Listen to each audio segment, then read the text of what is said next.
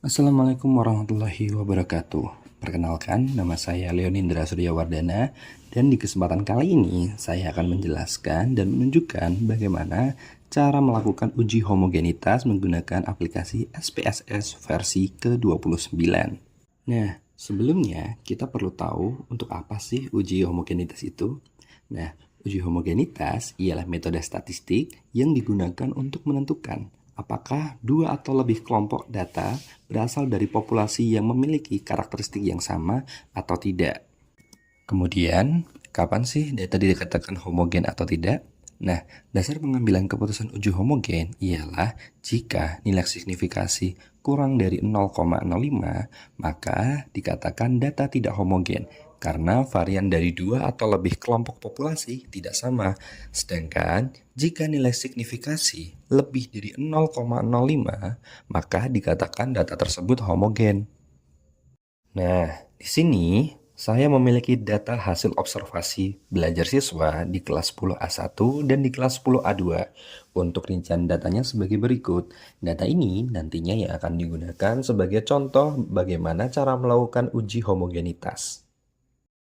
Nah, untuk mempermudah proses uji homogenitas menggunakan aplikasi SPSS, maka kita perlu mengkategorikan atau memberikan kode untuk hasil observasi belajar siswa, di mana kode 1 nantinya untuk hasil observasi belajar kelas 10A1 dan kode 2 untuk hasil observasi belajar kelas 10A2.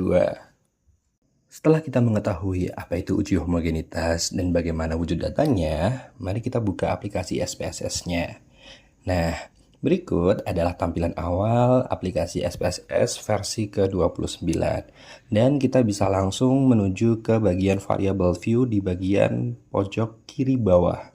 Pada tampilan variable view, kita dapat melihat kolom name, type, width, decimal, label, value, missing, columns, align, measure, dan roll. Nah, pada bagian ini kita perlu mensetarakan antara aplikasi SPSS dengan data yang akan kita gunakan. Kemudian, mengisikan kolom name ini menggunakan nama pada data yang akan kita gunakan. Perlu diingat, pada kolom name ini kita tidak bisa memberikan spasi, namun kita bisa menggunakan underscore atau garis bawah untuk memberi jarak pada namanya. Setelah kita mengisikan nama pada kolom name, maka kolom-kolom selanjutnya akan otomatis terisi dengan tampilan menu baru. Setelah menu-menu baru itu terisi, pada bagian type, kita tidak perlu merubahnya, karena uji homogenitas kali ini datanya berupa angka. Yang perlu kita ubah ialah bagian kolom desimal, yang tadinya 2 kita ubah menjadi 0, karena secara perhitungan kita tidak akan menggunakan angka desimal atau di belakang koma.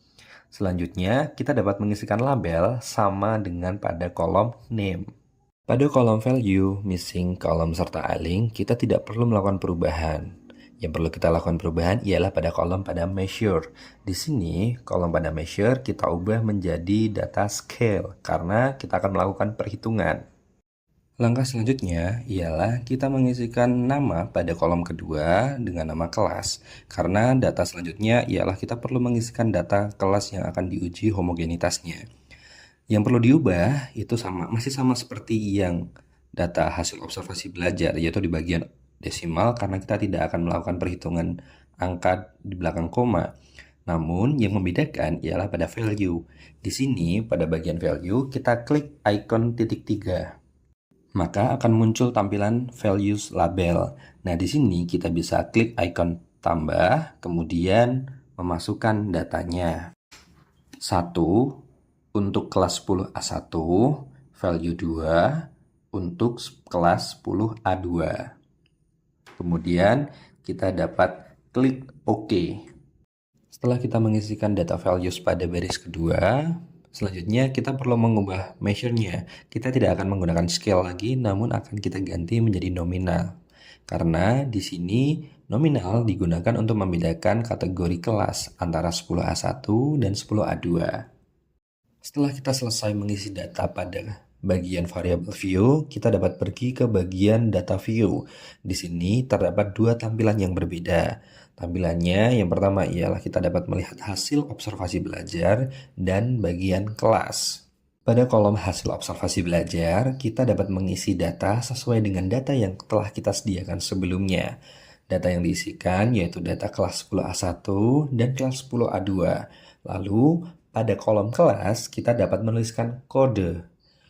Kode yang pertama itu digunakan untuk 10A1, kode yang kedua digunakan untuk 10A2.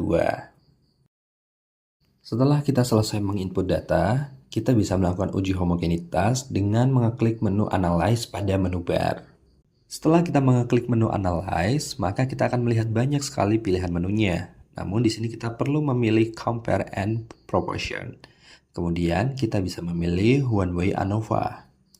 Nah, setelah muncul tampilan One Way ANOVA, kita bisa memindahkan hasil observasi belajar ke Dependent List. Kemudian menu kelas ke Factor. Kemudian kita klik Option, kita pilih Homogeneity of Variance Test, kemudian kita klik Continue. Maka data hasil uji homogenitas akan muncul.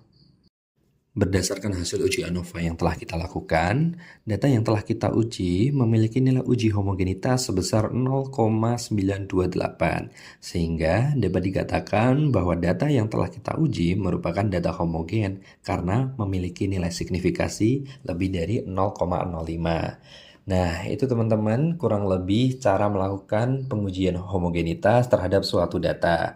Semoga apa yang telah saya contohkan atau praktikkan bermanfaat untuk kita semua. Sekian pemaparan dari saya. Terima kasih. Wassalamualaikum warahmatullahi wabarakatuh.